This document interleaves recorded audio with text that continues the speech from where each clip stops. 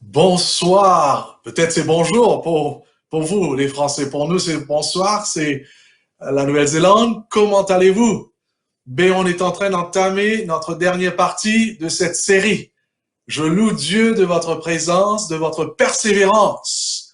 Et j'espère que vous allez persévérer non pas seulement jusqu'au bout de ce sermon, mais jusqu'à ce que Jésus reviendra, car il vient bientôt. C'est ça ce que nous avons appris. D'ailleurs, je vous pose la question, quelle heure est-il présentement? Est-ce que c'est 6h45 là ici ou quoi? Ou bien peut-être 10h chez vous? Selon la Bible, on a déjà étudié là-dessus. Selon la montre de Dieu, nous sommes en train de vivre dans les derniers temps. C'est pas vrai? C'est clair que selon la calendrier prophétique, Jésus est à la porte. Jésus revient bientôt. Nous avons étudié pas mal de signes des temps. Le coronavirus, on a vu, il y avait le feu en Australie, il y avait aussi bien l'inondation dans l'Indonésie. La Bible nous parle de toutes ces choses. La Bible nous dit que juste avant que Jésus revienne, il y aura toutes ces choses, ainsi bien que la guerre. On a eu ça aussi pendant cette année. On a vu des tremblements de terre, sauterelles, mais tout ça sont des choses qui démontrent que notre Maître ne tarde pas à venir. On a même vu des signes dans le monde politique, ainsi bien que religieux. Tout ça nous montre que vraiment Jésus est à la porte. On a vu quand même dans des changements dans la nature de l'homme aussi. L'homme est devenu plus méchant. L'homme est centré sur la terre, sur les plaisirs, sur l'argent. L'homme est devenu méchant aussi. L'homme a perdu vraiment son Dieu, la notion de la sainteté.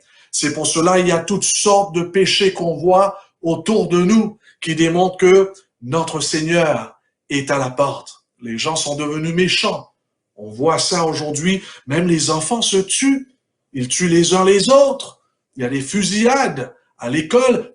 On a déjà étudié là-dessus. Pour ceux qui ont suivi hier, j'ai traité avant-hier, on a traité au sujet du faux Christ et de faux prophètes dans les derniers temps. C'est-à-dire, dans les derniers temps, il y aura des faux messagers qui vont venir en disant qu'ils viennent de la part de Dieu, mais ce sont des loups qui viennent ravager les brebis de Dieu. Ça veut dire qu'il y aura des faux enseignements, faux miracles, des faux plans du salut, fausse sanctification, voilà. Et on a vu avant-hier, les gens vont préférer écouter ces messages doux et des messages qui caressent les gens dans leurs péchés, au lieu d'entendre la vérité qui sauve. La vérité qui transforme, qui sanctifie. Malheureusement, dans les derniers temps, nous verrons que même au sein du christianisme, il y aura le monde qui va envahir le christianisme. Il y aura un message de la grâce de Dieu à bon marché. C'est pour cela, la Bible nous dit, lorsque nous voyons toutes ces signes, qu'est-ce qu'il faut faire? Voilà. Cela importe d'autant plus que vous savez en quel temps nous sommes, c'est l'heure de vous quoi? Réveiller enfin du sommeil. Pourquoi? Car maintenant, le salut est plus près de nous que lorsque nous avons cru. Deuxièmement, qu'est-ce que nous devrons faire? Dépouillons-nous donc des œuvres des ténèbres. Troisièmement, menez une vie décente à la vue de tous. Quatrièmement, revêtez-vous du Seigneur Jésus-Christ et n'ayez pas soin de la chair. On a traité toutes ces parties-là en détail, si vous voulez. En d'autres mots, mes chers bien-aimés, Dieu nous appelle à nous réveiller et d'expérimenter la véritable conversion, la vraie consécration, une consécration totale. C'est ça ce que la Bible nous appelle. Et nous avons vu, si nous allons vraiment expérimenter cette conversion, cette sanctification selon la parole de Dieu, il faut qu'on rentre en Jésus. Il faut entrer en Jésus, qui est représenté par cette plateforme-là, et il faut rester en lui jusqu'à ce qu'il revienne. Amen. Ne descendez pas du plateforme. En d'autres mots, n'ayez pas soin de la chair pour en satisfaire les convoitises. Et c'est ça ce qu'on a vu, c'est ça la sanctification. En d'autres termes, mes chers bien-aimés, restez ici et soyez sanctifiés. Soyez transformés. C'est un appel à grandir dans la grâce du Seigneur et de refléter Jésus lorsqu'il s'agit de son caractère. Amen. La grande question pour nous ce soir, c'est ceci, ou ce matin, pardon. Ai-je un rôle à jouer pour vaincre mes faiblesses de caractère, mes mauvaises habitudes? Est-ce que j'ai une partie à faire dedans? Ou Jésus fait-il tout dans notre sanctification? Très bonne question. En d'autres mots, l'effort humain est-il impliqué dans le processus de la sanctification? C'est ça ce qu'on aimerait traiter ce soir. D'accord? Donc le titre pour nous ce soir, c'est ici, l'effort humain dans la sanctification. Prions le Seigneur. Père Céleste, que ton Esprit Saint repose sur nous tous. Il y a beaucoup qui écoutent à travers l'Internet. Bénis chaque personne qui vient écouter ta parole. Car s'ils t'écoutent, c'est parce que quelque part dans leur vie, ils te cherchent. Et s'ils te cherchent, c'est parce que premièrement, c'est toi qui les as cherchés. Merci que tu es un Dieu qui est à la recherche de tes brebis perdues, des brebis égarées. Que tu n'es pas là pour nous condamner, mais pour nous sauver. Nous voulons te glorifier, que ta parole nous parle d'un Dieu qui aime les pécheurs. Bien qu'il haït le péché, mais tu as cet amour énorme pour sauver ceux qui sont perdus ou ceux qui étaient perdus. C'est pour cela que je prie, Seigneur, que ton Esprit Saint soit déversé sur chacun d'entre nous, afin qu'en écoutant ce message, nous puissions entendre ta voix, non pas la voix d'un homme, car l'homme a besoin de toi. J'ai besoin de toi, Seigneur. Que ton Esprit Saint, donc, repose sur moi, afin que c'est toi qui parles à travers mes faibles lèvres, pour la gloire de ton nom et pour le salut de tes enfants, ainsi bien que pour mon propre salut, ainsi bien que le salut de ma famille. Donc, Seigneur, nous t'implorons que tu fais un miracle encore ce soir. Montre-nous ce que ça veut dire, ce plan du salut. Fais que nous puissions avoir cette intelligence pour discerner la science de l'Évangile, la science du salut, au nom de Jésus. Amen. Mes chers bien-aimés, le problème avec la race humaine, c'est que nous sommes tous sous la domination de l'ennemi Satan. Car depuis que nos premiers parents ont péché dans le jardin d'Éden, nous sommes tous sous le contrôle de Satan. Que vous l'aimiez ou non, c'est la triste nouvelle que la Bible enseigne.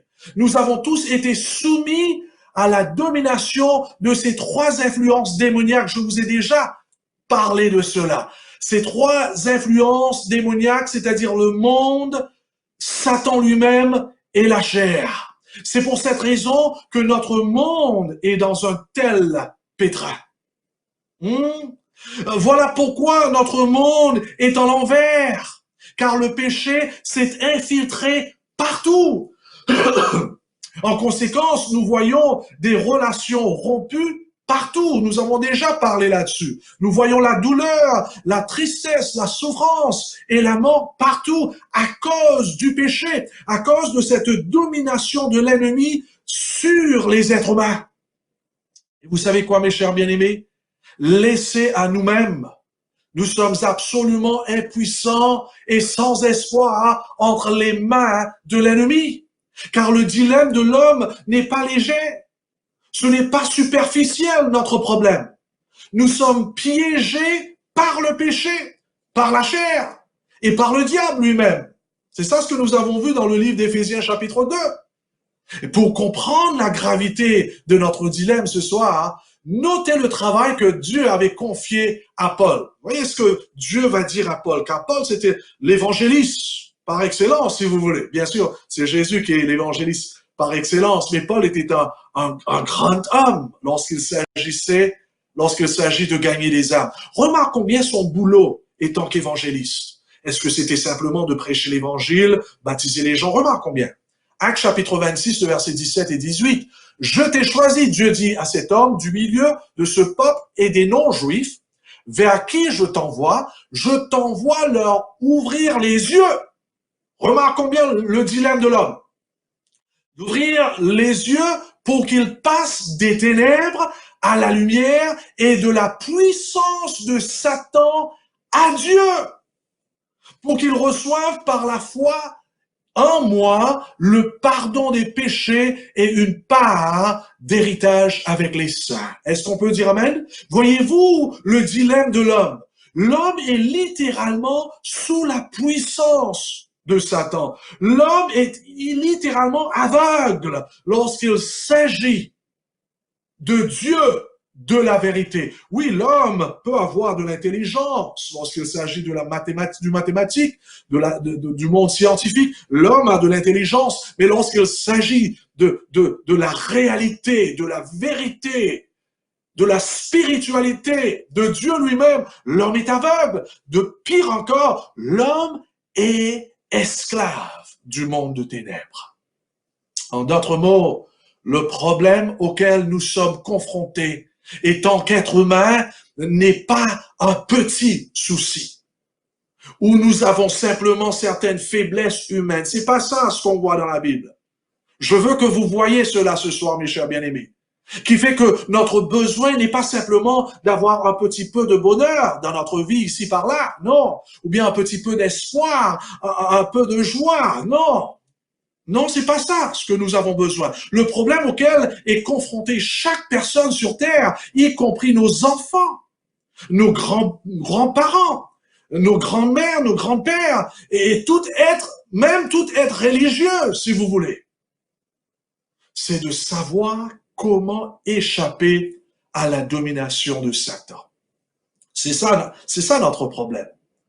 Comment sortir des griffes du diable? Comment pouvons-nous être délivrés du royaume des ténèbres et d'être transférés à la merveilleuse lumière de Dieu? En d'autres mots, comment pouvons-nous retourner dans le jardin d'Éden et être reconnectés à ce grand Dieu d'amour et de vie? C'est ça la grande question. Afin qu'en retour, nous puissions aimer ce Dieu-là à nouveau, de tout notre cœur, de toute notre âme, de toute notre affection, et que de retour, nous puissions l'obéir par amour. C'est ça notre dilemme. Et vous savez quelle est la grande tragédie? La grande tragédie de notre monde aujourd'hui, c'est que le monde ne se rend pas compte de sa situation, de son dilemme. Même des millions de chrétiens, laisse-moi vous dire, ne réalisent pas leur vraie condition. Est-ce que vous êtes une de ces personnes? Nous ne réalisons pas notre condition actuelle. C'est-à-dire que nous ne réalisons pas, mes chers bien-aimés, à quel point que nous sommes esclaves de l'ennemi, esclaves du monde, esclaves de la chair, esclaves du péché. En d'autres mots, que nous sommes exactement comme Adam et Ève étaient après avoir péché. C'est-à-dire nus et tremblants derrière les arbres, effrayants et cachés derrière le buisson, ne sachant pas quoi faire dans notre condition de péché. C'est ça le problème de l'humanité. On ne réalise pas cela. Le plus nous ne réalisons pas que le jugement de Dieu est sur nous. Car le salaire du péché, c'est quoi? C'est la mort éternelle.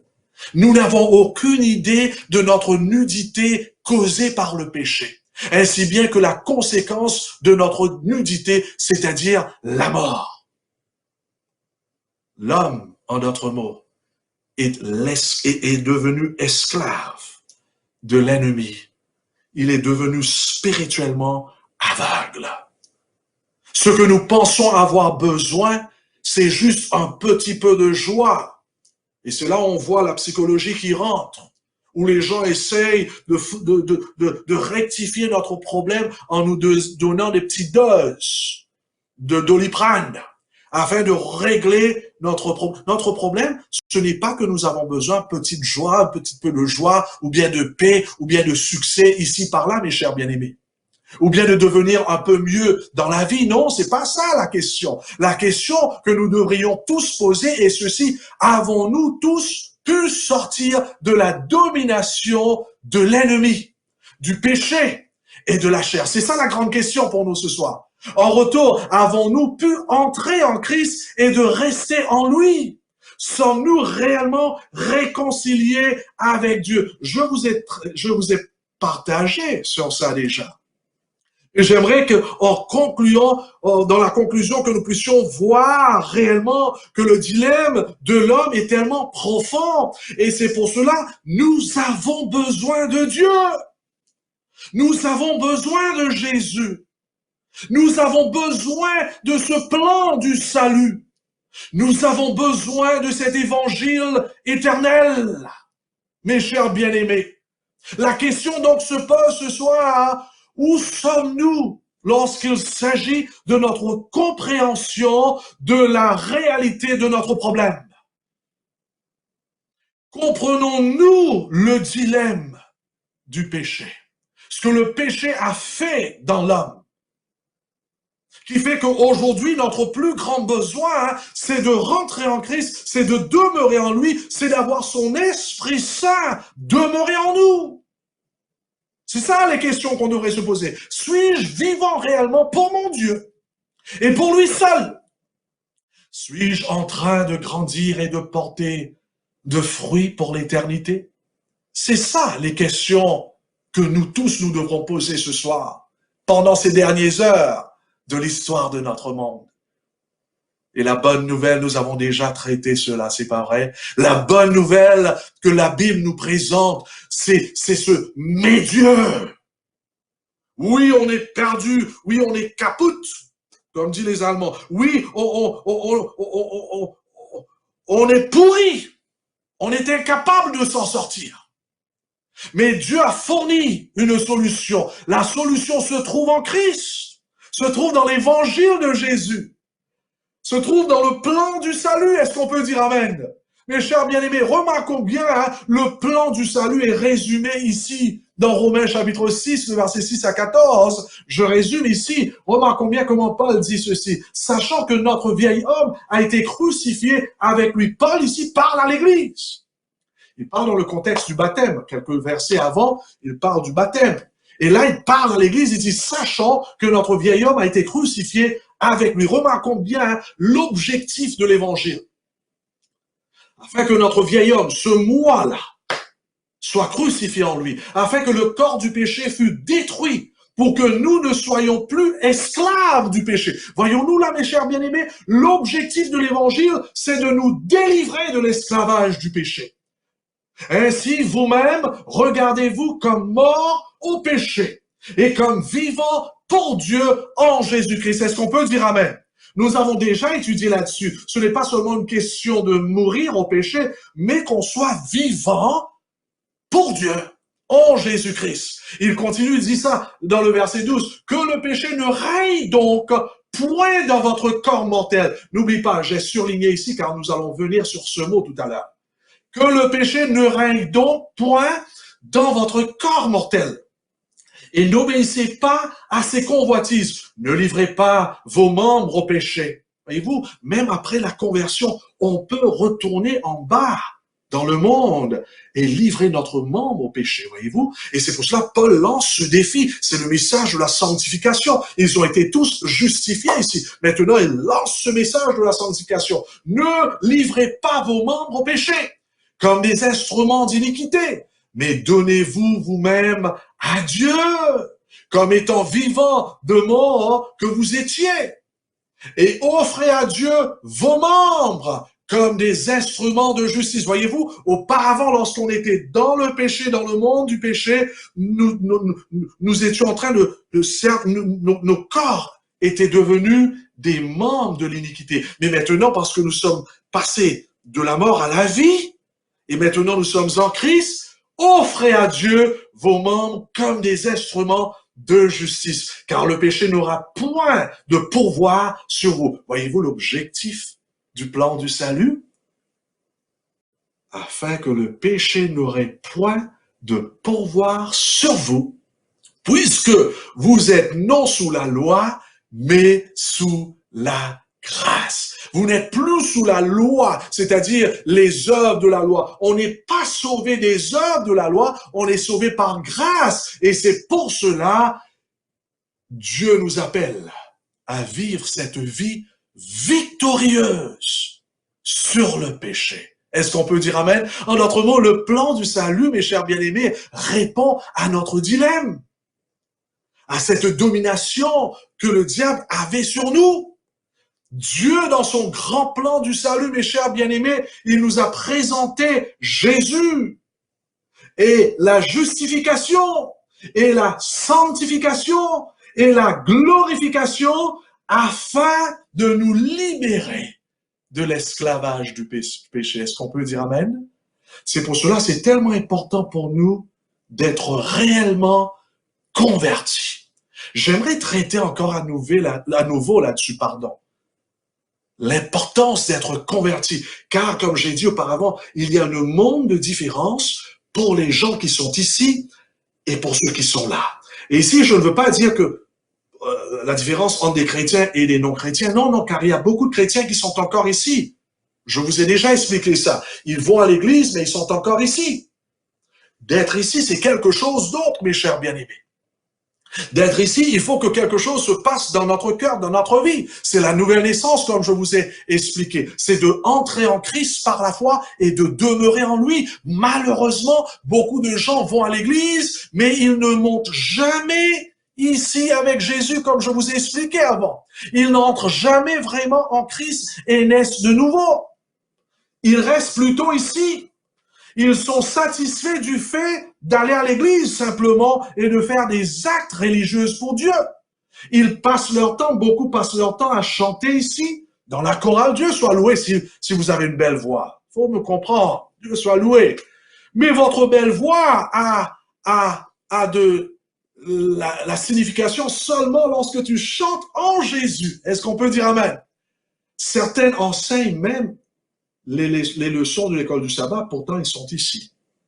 Des moniteurs ou monitrices de l'école du sabbat qui œuvrent pour Dieu, mais sans le Christ dans le cœur, sans le Saint-Esprit. Vous pouvez imaginer? Waouh! Sans la consécration. Donc, est-ce que vous comprenez ce que je veux dire? Beaucoup ont leur cœur non converti. Et ils sont en train de prêcher pour certains, d'enseigner, de fonctionner comme des anciens. On a déjà vu cela. Il y a des dirigeants même des églises qui sont parmi ce nombre. J'étais parmi ce nombre auparavant lorsque j'étais un membre de l'église. Je vous ai raconté brièvement. J'étais déjà un directeur de la jeunesse, directeur de la chorale, mais pourtant j'ai jamais connu le Christ. Beaucoup n'ont jamais connu la vie en Christ. Et pourtant, ils sont en action pour Dieu. Qu'en est-il de vous? J'espère qu'on est en train de terminer cette série avec cette conscience, qu'on avait pris de conscience, qu'on ne peut plus continuer à aller à l'église et à faire des activités missionnaires et à œuvrer pour Dieu. Et pourtant, on est là. C'est une abomination, mes chers bien-aimés. Aujourd'hui, c'est le jour du salut. Aujourd'hui, c'est le jour de rentrer en Christ. Et il y a ceux qui vont un peu plus loin. Laisse-moi vous expliquer un petit peu plus encore, car il y a des milliers, soi-disant, chrétiens qui étudient leur Bible, ici en bas. Et ils comprennent très peu de la Bible à cause de ça. Parce que vous savez quoi? Vous ne pouvez pas comprendre la Bible, ou même d'ailleurs l'esprit de la prophétie, si vous êtes ici en bas. Est-ce que vous savez ça? On est en train de traverser des moments difficiles où il y a beaucoup de gens, même au sein du christianisme et de l'adventisme, attention, qui ont un problème avec les écritures d'Ellen White. Vous savez pourquoi? Laisse-moi vous dire, d'ailleurs, laisse-moi vous dire, moi j'avais ce problème avant. Si on est là, on ne pourra jamais apprécier les Écritures d'Ellen White, même la parole de Dieu. Vous savez pourquoi? Parce que les choses spirituelles sont spirituellement discernées. On a besoin d'être en Christ et rempli de l'Esprit Saint afin de pouvoir discerner les choses spirituelles, les Écritures de Dieu, la parole de Dieu et l'esprit de la prophétie. Waouh! Amen! C'est pour cela que c'est important pour nous, même avant d'ouvrir la Bible et d'étudier la parole, il faut tout d'abord confesser nos péchés, renoncer notre moi et d'inviter le Saint-Esprit de nous remplir afin qu'en lisant la parole de Dieu, nous puissions discerner la vérité de Dieu. Est-ce qu'on peut dire Amen? Car c'est seulement ici, mes chers bien-aimés, que vous pourrez discerner le caractère de Dieu. C'est ici que vous serez éblouis de l'amour de Dieu. Si on reste ici, on ne va jamais être ébloui par l'amour de Dieu. C'est seulement ici. D'ailleurs, c'est seulement ici qu'on pourra avoir notre propre histoire avec Jésus afin que nous puissions aller raconter l'amour de Dieu, de ce qu'il a fait pour nous. Amen. C'est ici que vous allez comprendre la sainteté de Dieu. Beaucoup aujourd'hui ne veulent plus entendre au sujet de la sainteté de Dieu. Vous savez pourquoi? Si vous êtes ici, vous aurez du mal à apprécier la sainteté de Dieu. Donc c'est ici que vraiment on a besoin d'y être afin de démarrer cette vie nouvelle en Jésus. C'est ici d'ailleurs, je vous dis, c'est ici que vous et moi nous pouvons discerner les signes des temps. Il y a beaucoup de gens qui voient les signes des temps même au sein de l'Église. Mais pour eux, ils vivent dans le péché continuellement. Pour eux, c'est pas de problème. Vous savez pourquoi? Parce que les yeux sont encore fermés. Il y a cet aveuglement spirituel. C'est seulement ceux qui sont ici qui vont vraiment se réveiller parce qu'ils vont voir que on vit dans les derniers temps. Permettez-moi de vous dire quelque chose de plus. Ce sont ceux qui sont ici, mes chers bien-aimés, ne voudront pas aller au ciel. Si vous êtes ici, si vous allez à l'église, par exemple, et même vous œuvrez pour Dieu, mais vous êtes ici, c'est-à-dire votre cœur est divisé. Un petit peu Dieu, un petit peu le monde, un petit peu le moi, un petit peu Jésus. Ça ne passe pas, ça. On a déjà étudié là-dessus. Mais si c'est le cas avec vous, laisse-moi vous dire, vous n'allez pas vous intéresser d'aller au ciel. C'est seulement ceux qui sont ici avec Jésus qui vont vouloir aller au ciel.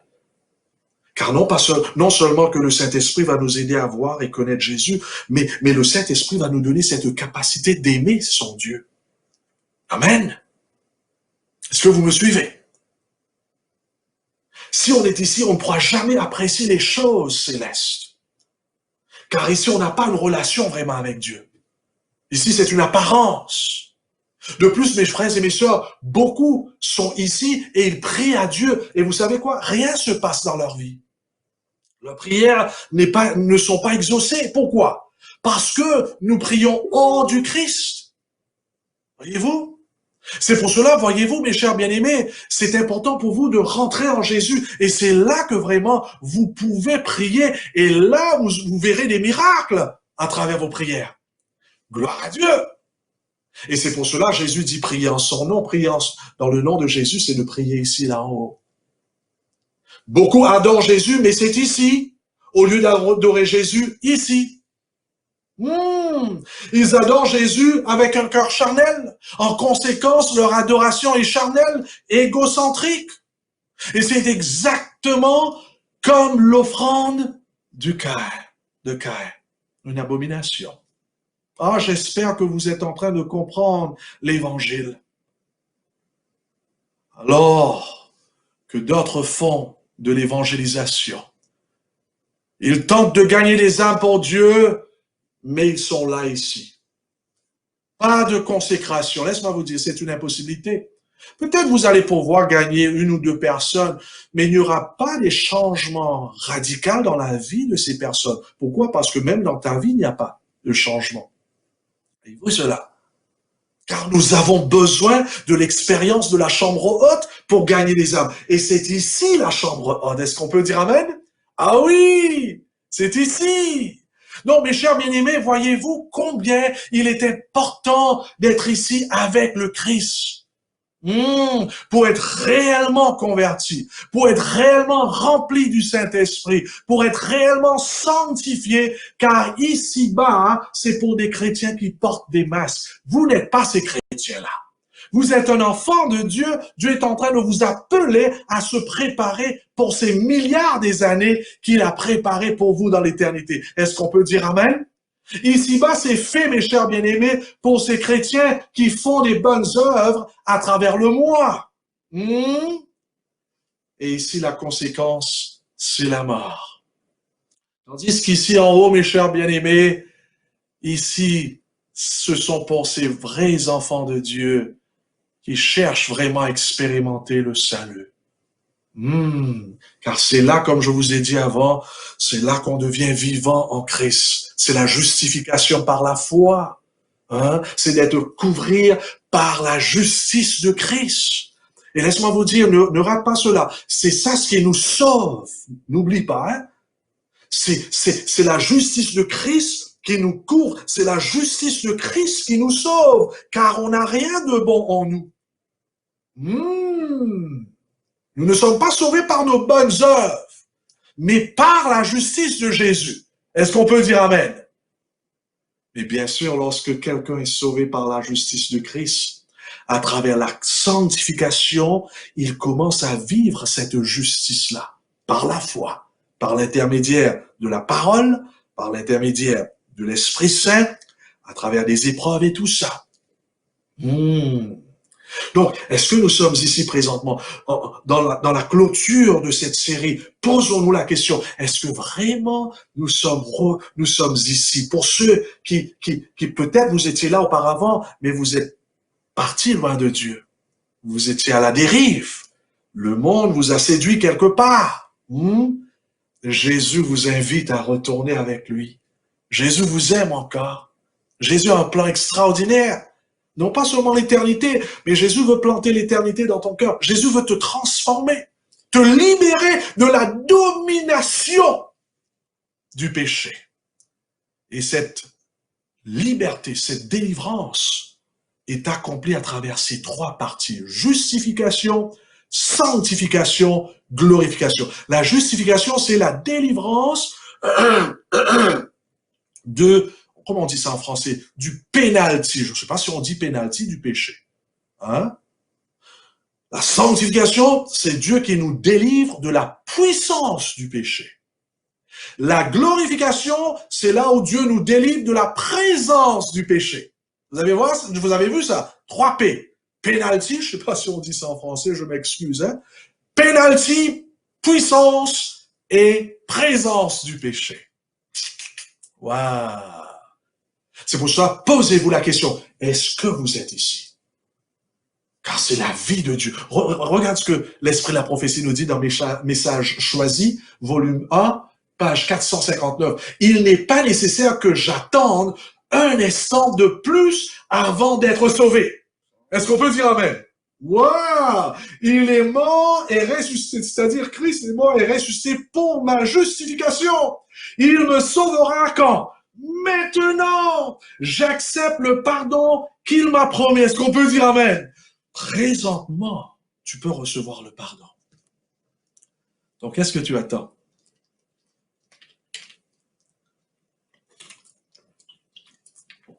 Présentement, tu peux devenir vivant en Christ. Qu'est-ce que tu attends? Qu'est-ce que vous attendez?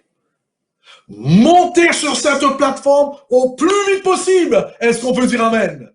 Et vous allez recevoir la vie éternelle, même maintenant. Car 1 Jean chapitre 5, le verset 11 à 13 nous dit, voici ce témoignage, c'est que Dieu nous a donné la vie éternelle et que cette vie est quoi? Est en son Fils. Celui qui a le Fils a quoi? A la vie. Celui qui n'a pas le Fils de Dieu n'a pas la vie. Je vous ai écrit ces choses afin que vous sachiez que vous avez la vie éternelle. Présentement, vous pouvez avoir la vie de Dieu en vous. Quel miracle! Saisissez de cette occasion. Jetez-vous pleinement dans les bras de Christ. Faites-lui entièrement confiance pour vous sauver. Faites-lui entièrement confiance pour vous accompagner tout au long de votre voyage sur cette terre jusqu'à son retour. Est-ce qu'on peut dire Amen? Ah oui, ne gardez rien pour vous. Donnez tout à Jésus. Votre volonté, votre cœur, votre moi, votre péché. Et résultat, c'est quoi? Vivant en Christ. Résultat, c'est quoi? La paix de Dieu, la joie du salut, la joie du pardon. Résultat, c'est quoi? Vous allez produire des bonnes œuvres, des œuvres accompagnées, non pas par l'orgueil, mais par amour. Vous recevrez cette puissance afin d'aller d'évangéliser. Amen. Ne restez pas ici par terre. Wow. Car en venant ici, Dieu démarre ce travail de transformation. Lorsqu'on se repent, et la repentance, c'est journalière, c'est tous les jours. Ah oui, car le plus qu'on se donne à Jésus, le plus le Saint-Esprit œuvre dans nos vies à travers la parole de Dieu afin de nous montrer encore des défauts de caractère. Vous savez, lorsqu'on rentre ici à travers la justification, on ne connaît pas tout. Il y a des choses qu'on ne voit pas dans notre vie, qu'on ne savait même pas que c'était méchant, que c'était mauvais, que c'était comment on appelle ça? Des emprises du diable, on peut dire ça? Oui. Donc c'est seulement lorsqu'on vient ici, à travers la parole, à travers l'Esprit Saint, le Saint-Esprit commence à nous montrer vraiment ses défauts de caractère. Et c'est là que vous et moi, nous devrons tout de suite rectifier ce problème en confessant cela, renonçons cela et demandant à Dieu la puissance de son Esprit Saint afin de faire sa volonté. Est-ce qu'on peut dire Amen? Waouh! Donc c'est ici vraiment que nous apprenons à marcher selon l'esprit et non pas selon la chair. En conséquence, nos vies se transforment. Amen. C'est là que nous grandissons en grâce pour refléter notre Sauveur de mieux en mieux. Waouh! C'est là qu'il répare ces relations brisées, ces problèmes que nous avons eus avec nos amis, nos ennemis. Et c'est là que vraiment Dieu commence à faire ce travail. Je me rappelle lorsque j'étais à la Polynésie française, j'étais dans cette église, belle église, de l'église de Mataya. J'étais en train de tenir une semaine de réveil. L'église était débordée, à l'intérieur, à l'extérieur. Les gens venaient, soir, matin et soir, on priait. À la fin du jour, le Saint-Esprit était en train de travailler. J'invitais les gens de venir devant et de confesser, d'abandonner leur vie à Jésus. Je les avais donné un morceau de papier afin d'écrire tous leurs péchés, leurs faiblesses. D'ailleurs, moi aussi, j'avais mon morceau de papier. Car je suis encore un pécheur, j'ai des faiblesses. Et donc, on écrivait, nous tous, on avait une grande, bol, métallique. Et les gens venaient et jetaient leurs morceaux de papier. Brûler leurs morceaux de papier, pleurer. Il y avait ceux qui pleuraient, tout ça. Et je pense qu'il y a certains de Tahiti, de la Polynésie française qui regardent sur l'écran présentement. Que Dieu vous bénisse. Que Dieu vous bénisse, mes chers bien-aimés. Vous vous rappelez sûrement de l'histoire que je raconte là, c'était en l'an 2015. D'ailleurs, j'ai jamais vu ce que j'avais vu. En invitant les gens à venir devant pour brûler leurs morceaux de papier et tout ça, je voyais, il y avait certains qui sortaient dehors et qui étaient sur leur mobilis. Je me suis posé la question, qu'est-ce qui se passe? Ils n'ont pas compris. Et si Dieu œuvre au sein de l'église, ils sont dehors avec leur mobilis. Finalement, il y avait un ancien qui m'avait vu, il m'a dit, pasteur, ne vous en faites pas. Car quelque chose de bien se passe avec ces gens aussi. Je dis, mais qu'est-ce que tu veux dire? Il me dit, viens voir. Je suis allé un petit peu proche. Il me dit, regarde sur leur visage. Il y avait des larmes. Vous savez qu'est-ce que ces gens-là étaient en train de faire, ces frères et ces sœurs? Ils étaient en train de téléphoner les gens qu'ils avaient blessés. Est-ce qu'on peut dire Amen? Ils étaient en train de confesser leurs péchés. Il y avait ceux qui étaient en train de pardonner aux autres qui les avaient blessés. Est-ce qu'on peut dire Amen? Ici, mes chers bien-aimés, tout change. Le moi est crucifié. Est-ce qu'on peut dire Amen? L'amertume s'envole par la grâce de Dieu. Ici, tout change. Ici, on aime nos ennemis. Ici, ce n'est plus moi qui vis, mais c'est Christ qui vit en moi. Est-ce qu'on peut dire Amen? C'est ici qu'on peut commencer à aimer Dieu et ses prochains. C'est ici, mes chers bien-aimés, que nous allons pratiquer des œuvres d'amour. Est-ce qu'on peut dire Amen? Et pour que cela passe, je répète, Comme nous avons déjà vu hier et avant-hier, nous avons besoin de la parole de Dieu. J'espère qu'après la série, que vous allez continuer à lire la parole de Dieu. Ne lis pas simplement afin de lire, juste de lire. Prie et lis. Humilions-nous devant Dieu avant de lire. Demandons la puissance du Saint-Esprit. Lisons-le, la parole de Dieu, afin que nous puissions rencontrer Jésus, afin que nous puissions venir face à face à notre Maître. Amen. Afin que nous puissions voir son caractère, étudier son caractère. Et c'est là que nous allons être transformés. Nous avons besoin de la parole de Dieu et le Saint-Esprit, ainsi bien que quelque chose d'autre. On a étudié cela hier soir. Les épreuves et quoi? Les tentations. Nous avons vu ça hier soir. C'est comme ça que nous grandissons. En d'autres mots, Dieu nous permettra d'être tentés et d'être testés. Est-ce qu'on peut dire amen? Bien sûr, Dieu ne va jamais nous laisser être tentés au-delà de ce que nous pouvons, au-delà de notre capacité de vaincre cette tentation. Dieu nous permettra d'être tentés et d'être testés. Et si nous choisissons, comme nous avons vu hier soir, si nous choisissons de résister ces épreuves à travers l'intermédiaire du Saint-Esprit, résister à ces tentations-là, si nous cherchons à les surmonter par la puissance de Dieu, c'est alors que nous grandissons et c'est là que nous allons développer le caractère de Dieu. Est-ce qu'on peut dire amen? C'est pour cela nous devons écrire, mes chers bien-aimés, sur notre agenda de tous les jours, épreuves et tentations, difficultés et souffrances, car ces choses-là viendront dans notre vie. Surtout si nous voulons grandir afin de mieux ressembler notre Maître. Tout cela fait partie du processus de la sanctification. Est-ce qu'on peut dire amen? Quelquefois, nous allons avoir des problèmes au travail, à la maison. Bien sûr, il ne faut pas aller chercher ces problèmes. Il y a des chrétiens qui vont chercher ces problèmes et puis ils disent, ah, pasteur, vous voyez, regarde comment le diable est en train de faire. Non, non, quelquefois, c'est toi qui fais des trucs pareils. Tu vas chercher ces problèmes. Et c'est pour cela qu'il faut renoncer à cette habitude-là. Mais lorsque nous cherchons Dieu, Dieu nous place dans ces situations-là afin de pouvoir surmonter par sa grâce. Et c'est là qu'on grandit. Donc ici en haut, mes chers bien-aimés, il faut écrire, il faut comprendre qu'il y aura là des épreuves. La souffrance. Vous l'avez entendu là? Il faut marquer là. Ici, souffrance, épreuve, et quoi? Difficulté? Donc, ici en haut, c'est le chemin étroit dont Jésus a parlé dans Matthieu chapitre 7. Ici, c'est le chemin difficile, mes chers bien-aimés. Nous lisons Jésus qui dit « Entrez par la porte quoi? Étroite, en effet, large est la porte, spacieux le chemin, menant à la perdition. » Quelle est cette porte-là, spacieux les chemins? C'est ici, là. L'autre porte, c'est là. Voyez-vous, là? La porte large, c'est ici. La porte étroite, c'est ici. Voyez-vous, là? Waouh! Donc ici, Jésus dit, entrez par la porte étroite, en effet, large est la porte, spacieux le chemin, menant à la perdition, et il y en a beaucoup qui entrent par là, mais étroite est la porte, resserrez le chemin, menant à la vie, et il y a peu qui les trouvent. Laisse-moi vous dire quelque chose. Et ça, c'est un peu dur.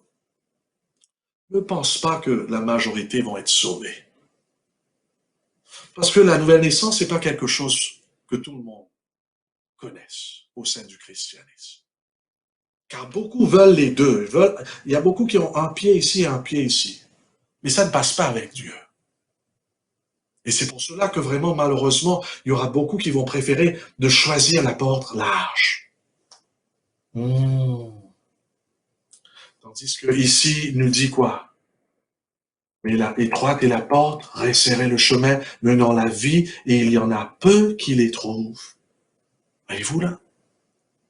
Donc c'est l'endroit, mes chers bien-aimés, sur la plateforme ici, sur la plateforme, pardonne-moi, c'est l'endroit du renoncement. C'est ici qu'on apprend à renoncer le monde, la chair et le péché. En d'autres termes, ici en Christ, ce ne sera pas facile quelquefois. Ce ne sera pas un lit de roses. Oui, nous aurons la paix ici. Ne rate pas cela, bien sûr, parce que le Saint-Esprit est en nous. On a la paix du Saint-Esprit. Oui, on aura la joie ici, on aura l'amour. On aura toutes ces choses-là. On aura le salut, on a le salut ici. Bien sûr, si tu sors, tu perds le salut. C'est pas une fois sauvé, tout le temps sauvé, non. Mais souvent, le chrétien qui est ici aura des défis. Pourquoi? Parce que ici, c'est un champ de bataille. C'est pour cette raison, en haut ici, nous allons mener une guerre ici. Amen. Pourquoi? Parce que Satan fera tout ce qu'il peut pour nous abattre. En fait, Satan cherchera à nous attaquer sur 3 fronts. Remarque combien j'ai mis sur l'écran. Premièrement, le monde et ses plaisirs attrayants seront contre nous. Lorsque nous sommes ici, le monde va essayer de nous attirer encore à nouveau vers elle, vers lui.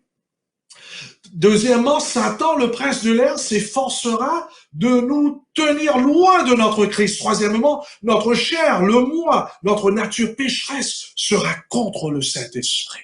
Donc, le moment où vous et moi, nous entrons dans une relation salvatrice avec le Christ, Satan cherchera à faire tout afin qu'on sorte du Christ et revenir vers lui dans le monde. C'est pour cela, Pierre nous explique très bien, il parle à l'Église, il dit, bien-aimés, je vous exhorte comme étrangers, voyageurs sur la terre. Remarquons bien, ceux qui sont sur la plateforme, nous sommes des étrangers, voyageurs sur la terre. On n'est pas un avec le monde, on est des passagers, si vous voulez. On est en transit. Il dit, bien-aimés, je vous exhorte comme étrangers et voyageurs sur la terre à vous abstenir des convoitises charnelles qui font la guerre à l'âme. Ayez une bonne conduite au milieu des païens. Remarquons bien, il y aura une guerre en nous. Et vous là? Est-ce que vous avez senti déjà cette guerre en vous? Le monde va essayer, notre chair va essayer, Satan lui-même. Laisse-moi vous montrer, il y a une différence entre la vie d'un chrétien avant et après. Très important.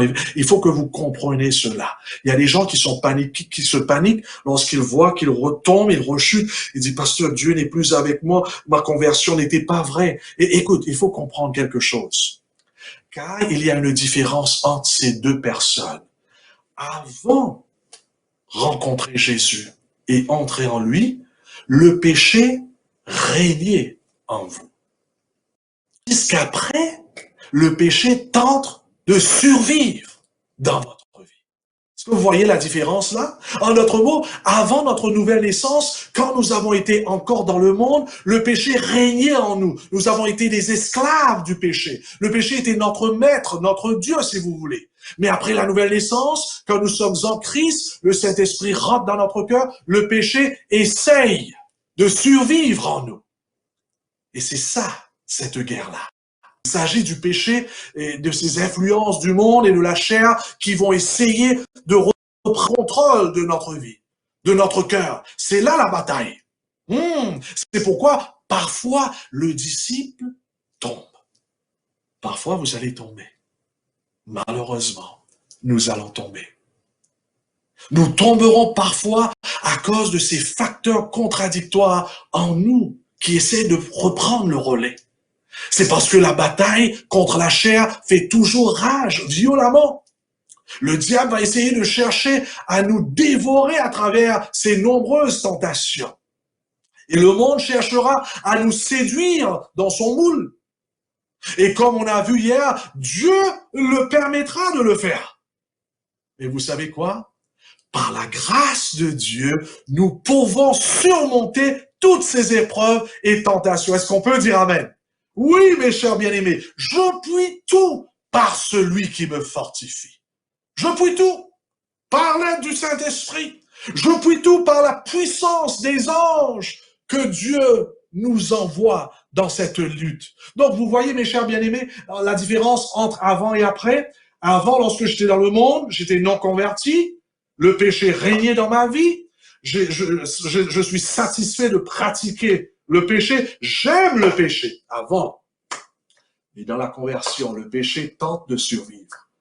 Il y a un conflit en moi contre le péché. Je ne veux plus commettre le péché. Voyez-vous là? Je déteste le péché. Voyez-vous? Écoute ce qu'Ellen White dit. Ne rate pas cela. Il est des personnes qui ont appris à connaître l'amour et le pardon de Dieu, ou le pardon de Jésus, et qui désirent sincèrement être des enfants de Dieu. Toutefois, elles voient les imperfections de leur caractère et les insuffisances de leur vie, et elles en viennent à douter de la réalité de leur régénération, c'est-à-dire de leur conversion par le Saint-Esprit. Je leur dirai, ne vous laissez pas abattre. Il y a ceux qui viennent me voir, pasteur, je ne pense pas que je suis réellement converti. Elle dit ici, ne vous laissez pas abattre. Nous devrons souvent nous prosterner aux pieds de Jésus pour y venir pleurer sur nos manquements et nos erreurs. En d'autres mots, nous allons faire le mal. Nous allons tomber. Voyez-vous? Mais ce n'est pas une raison pour nous laisser aller au découragement. Même si nous sommes vaincus par l'ennemi, nous ne sommes pas repoussés. Est-ce qu'on peut dire amen? Délaissés, ni rejetés par Dieu. Non! Jésus-Christ est là à la droite de Dieu et il intercède en notre faveur. Est-ce qu'on peut dire amen? Donc, en cherchant cette croissance spirituelle, il y aura des moments où on va faire des fautes. Est-ce que c'est la fin du monde? Non. Est-ce que j'abandonne Dieu? Non. Cours vers Jésus. Confessons nos péchés. Demandons à Dieu la puissance de son Esprit Saint. Le disciple disait, je vous ai écrit ces choses afin que vous ne péchiez point. Et si quelqu'un a péché, nous avons un avocat auprès du Père, Jésus-Christ le juste. Amen. N'oubliez pas ces paroles du Sauveur. Le Père lui-même vous aime. Il désire vous ramener à lui et voir reproduire et en vous sa pureté et sa sainteté. Si seulement vous consentez à vous remettre entre ses mains, celui qui a commencé en vous la bonne œuvre la perfectionnera jusqu'au jour de Jésus-Christ. Est-ce qu'on peut dire amen? Il ne faut pas abandonner, mes chers bien-aimés. C'est pour cette raison, notre grand besoin, c'est de rester sur cette plateforme, la sanctification. Est-ce qu'on peut dire amen? Maintenant, est-ce que vraiment Dieu fait tout? Je termine avec cette partie. Dans notre sanctification, ai-je un rôle à jouer pour vaincre le péché et mes mauvaises tendances ou bien habitudes? Ou Jésus fait-il tout dans notre sanctification? Que tout ce que nous avons à faire, mais c'est lui abandonner notre vie, tandis que lui, il fait tout le travail. Est-ce que c'est comme ça? En d'autres mots, l'effort humain est-il impliqué dans le processus de la sanctification? Mes chers bien-aimés, vous verrez ce matin que la Bible enseigne qu'il doit y avoir une coopération entre Dieu et l'être humain dans la sanctification. Amen. Nous voyons cela partout. Remarquons bien ces deux parties-là. Dans Jean chapitre 15, verset 5, « Je suis le cep, Jésus dit, vous êtes les sarments, celui qui demeure en moi et en qui je demeure porte beaucoup de fruits, car sans moi, vous ne pouvez rien faire. » Sans moi, Jésus, vous. Voyez, Jésus a sa part et nous avons notre part à faire dans cette guerre. Colossiens chapitre 1, le verset 29. « C'est à cela que je travaille. » Paul dit ça en combattant avec sa force qui agit puissamment en moi. Vous voyez, l'homme coopère avec Dieu à travers ses efforts. Philippiens 4, le verset 13, je pense que ça, c'est un texte très connu. « Je peux faire face à tout grâce au Christ qui m'en donne la force. » Donc, c'est moi qui éteins la télé à travers la grâce de Dieu. Pour ceux qui ont une faiblesse avec la télé, c'est moi qui va éteindre. C'est pas Jésus qui descend, qui quitte le ciel, qui descend pour éteindre notre télé. C'est nous qui fait cela, mais à travers la force de Dieu. Est-ce qu'on peut dire amen? Le texte par excellence, je pense, c'est Philippiens chapitre 2, 12 et 13. Ainsi, mes bien-aimés, comme vous avez toujours obéi, travaillez à votre salut. Ici, salut, c'est la sanctification avec crainte et tremblement, c'est-à-dire, c'est important la sanctification. C'est très, très important. Voyez-vous, travaillez à votre salut avec crainte et tremblement, car c'est Dieu qui produit en vous le vouloir et le faire selon son bon plaisir. Est-ce qu'on peut dire amen? Donc ici, la Bible enseigne que notre effort est utilisé dans le contexte de la grâce de Dieu, qui a travaillé tout d'abord en nous. Dieu agit en nous et de retour, nous agissons à travers nos efforts. Est-ce qu'on peut dire amen? Donc, ce n'est pas que à travers mes efforts, je fais tout. Non, non. Je suis en Christ et à travers la puissance de Dieu en moi, j'applique mes efforts dans le processus de la sanctification. Est-ce que je peux dire amen? Wow. Donc l'effort humain est très important. Je dois faire tout ce que je peux par la puissance de Dieu. Je dois essayer par la grâce de Dieu de me réveiller. Dieu va me réveiller, bien sûr, mais il faut sortir du lit. Et c'est là que l'effort humain rentre en jeu par la puissance de Dieu. C'est pour cela, j'aime lorsque l'Esprit de la prophétie nous dit ceci, ceux qui attendent un changement de caractère magique, sans un effort décisif de leur part pour vaincre le péché, vont au-devant d'une déception. Voyez-vous, c'est une déception. Aussi longtemps que nous regardons à Jésus, amen, nous n'avons rien à craindre, aucune raison de douter de ceci, et de ceci, il est capable de sauver parfaitement tous ceux qui viennent à lui. Est-ce qu'on peut dire amen? Donc ici, on a notre part à faire. Ça ne va pas arriver automatiquement. Je dois coopérer avec mon Dieu. Est-ce qu'on peut dire amen? Ah oui, et c'est là que Dieu aussi fait sa part. Tout ce qui peut faire l'homme, tout ce que peut, faire l'homme hors de Jésus-Christ est entaché d'égoïsme et de péché. Mais ce qui est accompli par la foi est acceptable à Dieu. Donc, il faut qu'on soit en Christ, il faut qu'on soit sur la plateforme. Est-ce qu'on peut dire amen? Donc, dans la sanctification, nous devrons mettre de l'énergie. Une énergie sanctifiée par le Saint-Esprit. Car cela demande de la discipline. Le mot disciple, discipline. Il y a des gens qui n'aiment pas ce mot. Ils disent, ça c'est le légalisme, master. C'est faux, ça. Comment est-ce que c'est légaliste? Légaliste, c'est lorsqu'on cherche à être sauvé par nos œuvres. Mais là, on n'est pas en train d'être sauvé par nos œuvres. Non, parce que Dieu nous sauve par grâce. Maintenant, je veux faire tous mes efforts par celui qui me fortifie pour faire sa volonté. Est-ce qu'on peut dire amen? Ouais. Sans le discipline, nous n'arriverons jamais nulle part dans la vie. Et c'est ce que Dieu veut pour nous. Nous devrons nous discipliner dans le développement du caractère. Il y a des choses qu'on doit abandonner lorsqu'il s'agit de la nourriture que nous mangeons. Il faut faire des efforts par la grâce de Dieu. Il nous donne cette puissance-là. Il y a des choses qu'on doit arrêter de regarder, des films qu'on devrait arrêter de regarder. Il y a des fréquentations qu'on devrait arrêter. Si par exemple, là, tu as quelqu'un, il y a un jeune homme qui me regarde peut-être, vous êtes en train de sortir avec quelqu'un qui est hors du Christ, il faut arrêter cela. Car la personne va te faire sortir du plateforme. Et tu pourras perdre ton âme à cause de cette personne. Donc, il faut appliquer du discipline, de l'effort. Voyez-vous? Remarquons bien 1 Timothée chapitre 4, le verset 7 à 10, exerce-toi plutôt à la piété. Le mot exercer. En effet, l'exercice physique est utile à peu de choses, tandis que la piété, c'est la sanctification ici, est utile à tout, car elle a la promesse de la vie présente et de la vie, à venir. Qu'est-ce que c'est que ce mot exerce-toi? Vous savez, le mot exercer, en grec, c'est le mot gumnos. Et vous savez qu'est-ce que ça veut dire gumnos? On a le mot gymnase. En grec, le mot gumnos signifie nu. En d'autres mots, dans les compétitions sportives grecques, les athlètes, normalement, ils participaient sans vêtements. Bien sûr, ils bloquent le bas, mais ils essayent d'enlever au maximum des vêtements afin de ne pas être alourdis. Par conséquent, le mot exercer, ici, portait à l'origine le sens littéral, faire de l'exercice nu. Waouh! La sueur d'un bon entraînement, cela veut dire. En d'autres mots, qu'est-ce que Paul est en train de dire ici? Paul nous appelle à transpirer spirituellement quand il s'agit de notre sanctification. Est-ce qu'on peut dire amen? Si nous voulons exceller, nous devons être spirituellement nus. Il faut se dépouiller de toutes ces choses qui sont contre Dieu.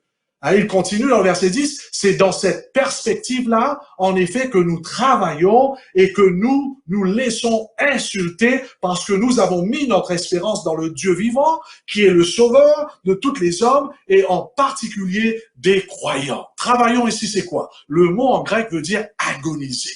En notre terme, Paul a travaillé, il a agonisé, il a transpiré lorsqu'il s'agit de la sanctification. Est-ce qu'on peut dire Amen? Est-ce que vous êtes en train d'agoniser, de transpirer pour votre Dieu, pour glorifier votre Dieu dans votre vie? C'est une lutte, c'est un combat.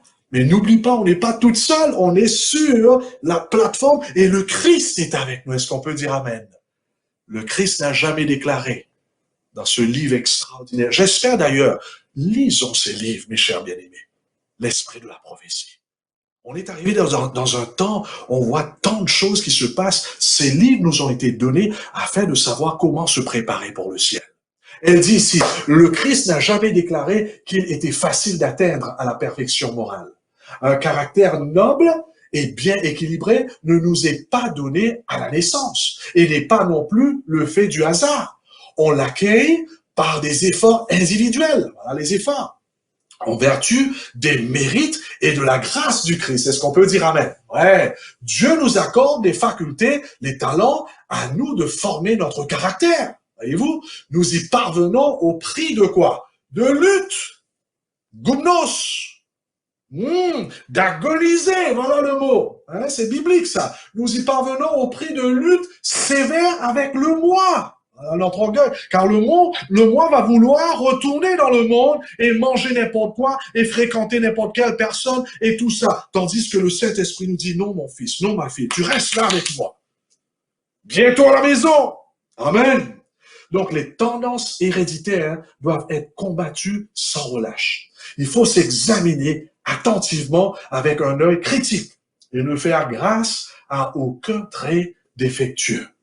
Un caractère conforme à l'image divine, tel est le seul trésor que nous pourrons emporter dans l'éternité. Est-ce qu'on peut dire Amen? Ceux qui se lassent maintenant, instruits par le Christ, ceux qui se laissent maintenant instruits par le Christ, emporteront avec eux, dans les demeures célestes, toutes les perfections divines qu'ils ont acquises ici-bas. Est-ce qu'on peut dire Amen? Les intelligences du monde invisible aideront l'homme qui recherche avec une foi inébranlable. Vous avez entendu ça? Les intelligences du monde invisible.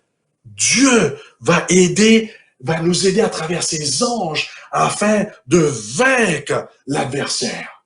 Waouh! Avec une foi inébranlable, cette perfection du caractère qui transparaîtra dans tous ses actes. À tous ceux qui se sont engagés dans cette voie, Jésus déclare, je me tiens à ta droite pour te secourir. Est-ce qu'on peut dire Amen? On n'est pas toute seule dans ce combat. La volonté humaine participe à toute puissance dans la mesure où elle coopère. Voilà le mot, coopère avec la volonté de Dieu. Tout ce qui se fait sur son ordre doit être accompli par sa force. Tout ce qu'il ordonne, il le donne. Mes chers bien-aimés, où sommes-nous dans ce plan du salut? Peut-être nous tous, nous avons déjà rencontré Jésus. Et voilà, ici, c'est soit que nous mourrons, ou bien soit c'est le retour du Christ. Nous sommes dans cette période-là. On appelle ça le temps de grâce. Où sommes-nous lorsqu'il s'agit de cette transformation? Peut-être vous êtes par terre là et vous êtes en train de dire, pasteur, je gâchais, j'ai fait des fautes. Ce n'est pas par hasard que vous avez écouté ces messages. Dieu a un plan pour vous. Dieu veut vous sauver. Dieu est un Dieu extraordinaire. Vous ne pouvez pas rencontrer quelqu'un comme ce Dieu de la parole. C'est pour cela, au nom de Jésus, je vous implore, mes chers bien-aimés, reconsidérez. Si vous êtes par terre, retournez sur la plateforme avec Jésus. Donne ton cœur à Jésus. Vous dites, mais pasteur, j'ai fait des gaffes, tu ne me connais pas. Laisse-moi vous dire. Dieu a sauvé les hommes incroyables. Vous connaissez cet homme qui s'appelait Manassé? comprends pas, moi, ce Dieu, lorsque j'étudie l'histoire de Manassé. Manassé, c'était un homme qui a fait des fautes graves. Un roi qui a fait des fautes très, très graves. Il a même érigé des autels au Baal et à d'autres dieux. Nous pouvons lire ça dans 2 Rois, chapitre 21. Et il les a adorés. Pourtant, c'était soi-disant un homme de Dieu. Il a sacrifié même son propre fils, en le brûlant vivant. Vous pouvez imaginer? Il a pratiqué la sorcellerie et la divination. Il a consulté des médiums. Il a construit des poteaux pour les dieux païens dans le Saint-Temple de Dieu. Cet homme a fait tout. Et plus encore terrible, il a tué le prophète Ésaïe en le coupant en deux. Waouh! Vous savez qu'est-ce que la Bible nous dit? Manassé a réalisé à la fin du jour quelle bêtise il a fait. Il a confessé ses péchés, il a demandé pardon. Et la Bible nous dit ceci. 2 Chroniques chapitre 33, le verset 12 et 13. Lorsqu'il fut dans la détresse, Manassé, il implora Dieu, l'Éternel son Dieu, et il s'humilia profondément devant le Dieu de ses pères. Il lui adressa ses prières et l'Éternel, se laissant fléchir, exauça ses supplications et le ramena à Jérusalem dans son royaume. Est-ce qu'on peut dire amen? Et Manassé reconnut que l'Éternel est Dieu. Est-ce qu'on peut dire amen? Mes chers bien-aimés, Dieu peut changer tout dans votre vie. Même si c'est sale, c'est pourri, ça sent mauvais, nous servons un Dieu qui peut réparer tout qui a été cassé dans notre vie. Dieu vous appelle, non pas seulement de rentrer en lui, reste en lui, jusqu'à ce que nous allons rencontrer dans l'éternité. Et ce sera pour bientôt, je sens cela. Si c'est votre désir de dire, Seigneur, aie pitié de moi, j'aimerais retourner vers toi, donner ma vie à toi, même de me faire baptiser ou rebaptiser.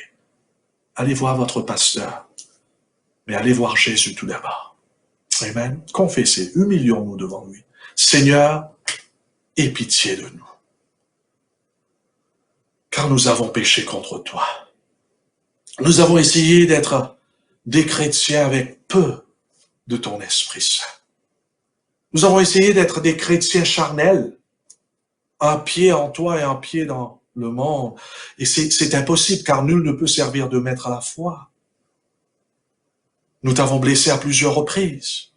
Nous avons été des pierres d'achoppement pour nos enfants, pour nos épouses ou époux, pour nos collègues de travail, car nous avons mélangé les deux.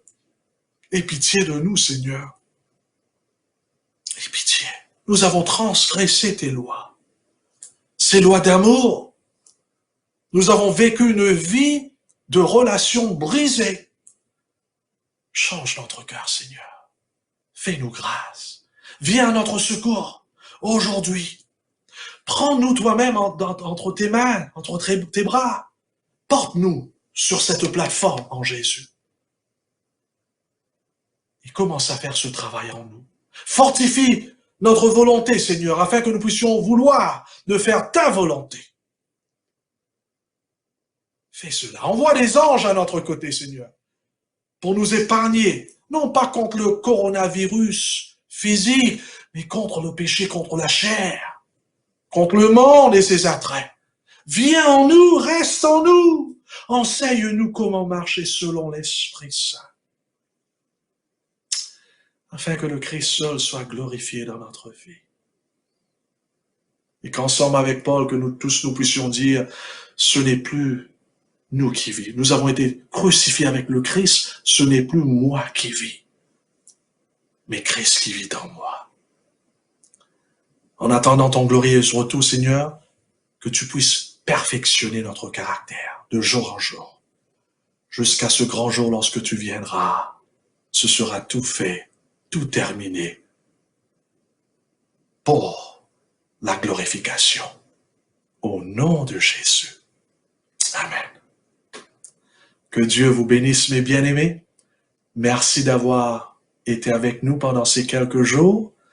J'espère de vous rencontrer à nouveau. Je suis en train de préparer une série pour le monde maintenant, pas pour les chrétiens adventistes, mais pour tout le monde. Ça va toucher bien sûr les adventistes, mais j'espère que pendant ce moment, vous allez participer pour chercher les amis et les ennemis, afin de suivre cette série-là.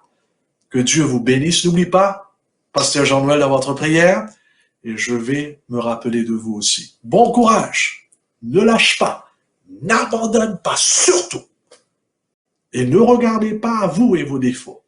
Regarde à Jésus et sa croix. Amen.